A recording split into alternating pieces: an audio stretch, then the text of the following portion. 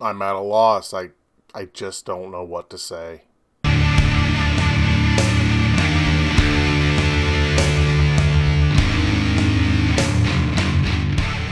Hey everybody, what's going on? Today we are going to be talking about Tom Clancy's Without Remorse. That's on Amazon Prime.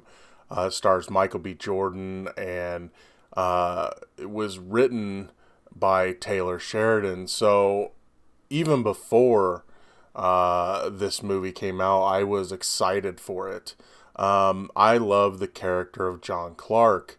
Clear and Present Danger is one of my favorite movies of all time, and I love Willem Dafoe's portrayal of Clark in that. Also, Liev Schreiber plays him for a bit in the quote unquote reboot of the Tom Clancy Jack Ryan series and Some of All Fears. So I like that character a lot, and I've always wanted to see more of him. I was disappointed that we didn't get more Liev Schreiber or didn't get more Willem Dafoe as a character. Well, now Michael B. Jordan is playing that character.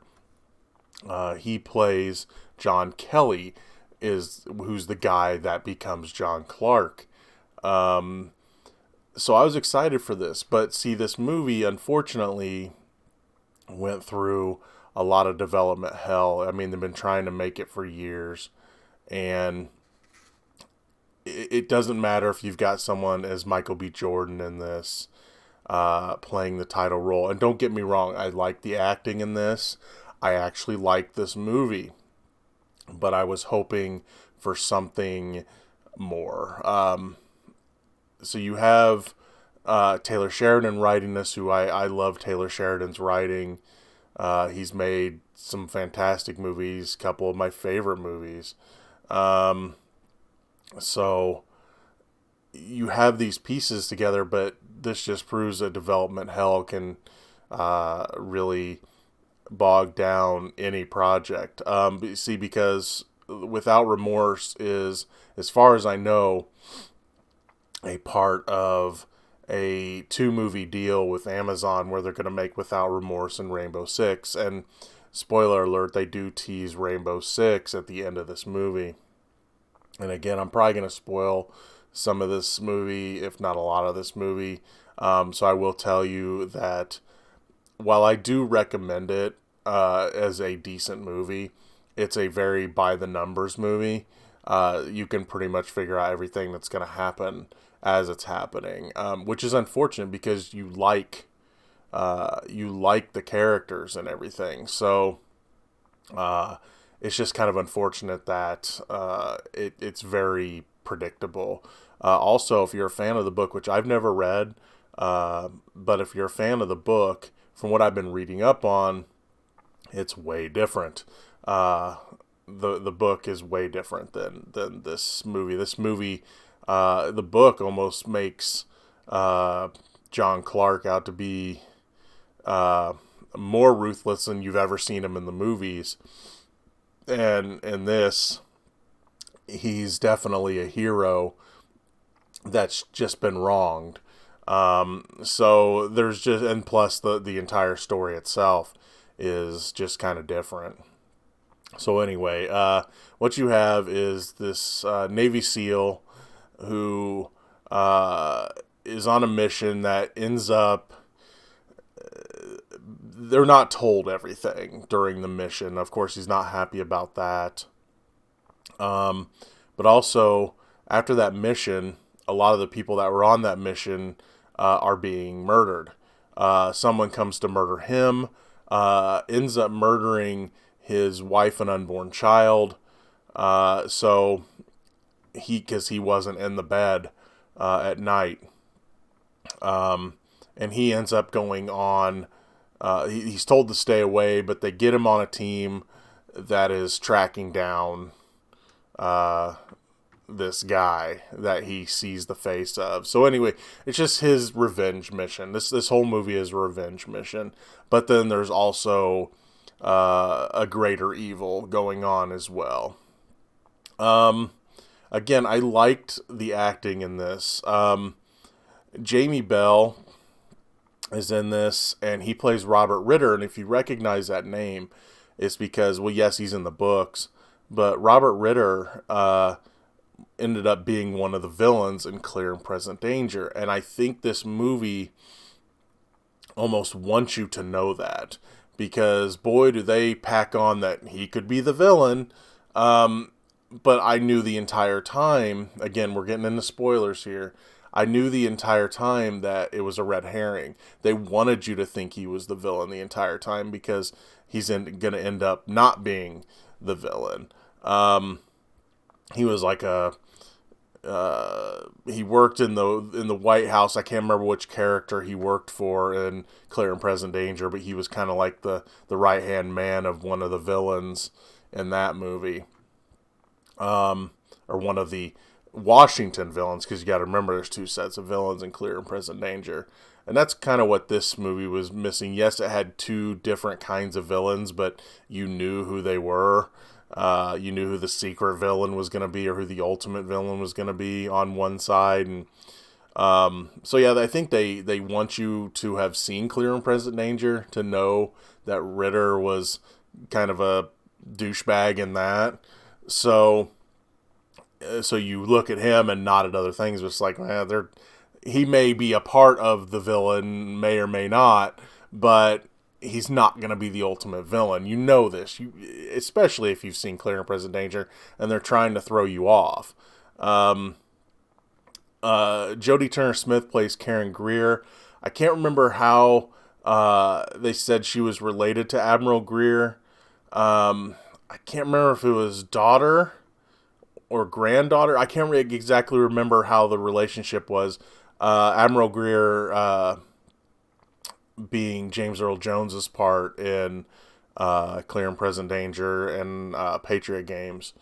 But see, they're not really connecting those movies because you have, because again, you have Robert Ritter and a different John Kelly, John Clark.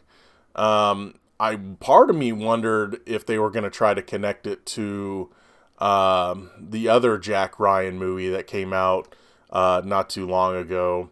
I thought they might try to connect it, but as far as I can tell,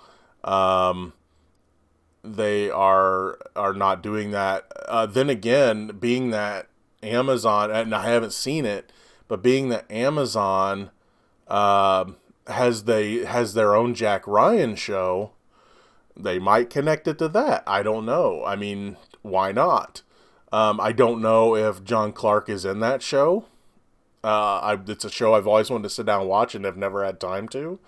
So maybe they might do that. But yeah, you have all these. You have some connections to characters you know from other movies and such. I didn't know if a Jack Ryan was going to show up. Like I said, I wouldn't have been surprised if Amazon's Jack Ryan showed up, John Krasinski. Again, though, I haven't seen that show, so I don't know if there's already the connections there. But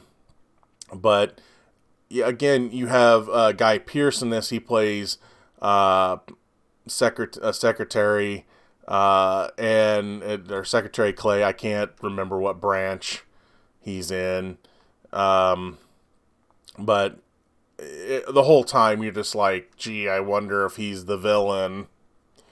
Thinking he's sitting there twirling a mustache. It's just, again, the movie became way too predictable. They do try to set up like a brotherhood with the soldiers that are in this group that gets put together to pull off the mission. I don't really think they pull off the brotherhood too much because you don't really get to know the other characters that well. Maybe if they're in Rainbow Six, maybe we'll get to know them a little better. But and Michael B. Jordan in this, I like him in this. There was a scene they do like when he discovers or goes back to the where his wife and unborn kid was killed, and they do like the silent no, he's they do that, and it's kind of cheesy. And again, this movie pulls a lot of that kind of stuff where it's real predictable and it's stuff you've seen before. But he's still good in the movie for the most part. So Michael B. Jordan's good in this, and I like him as the character. Especially when he starts to be able to get like cold-hearted and not caring. You get to see what he can do. But yeah, really though, again, the predictability of this movie really puts a big hit on it. I as much as I love Taylor Sheridan, I could tell that he didn't get to really do everything he might have wanted to do with this. Because again, they've been trying to make this movie for a while now. So they're probably just like, get us a passable script. So we did. At least that's the way I see it. But yeah, it's not a bad movie. It's just not a great movie. It's not the movie I was hoping it was going to be. Was I entertained? Yes. Would I recommend you watch it? Sure. It's on Amazon Prime, so it's there, and you can watch it anytime you want. So I do recommend it, but not like highly recommend. It's one of those. It's like, I like Michael B. Jordan. I like movies about like Navy SEALs and stuff. I like Tom Clancy stuff. Even though I don't know, I just don't feel like it fits in to like some of the Clancy movies I've seen and stuff. It just doesn't have the same oomph that some of those movies had. Now, granted, not all those are great either.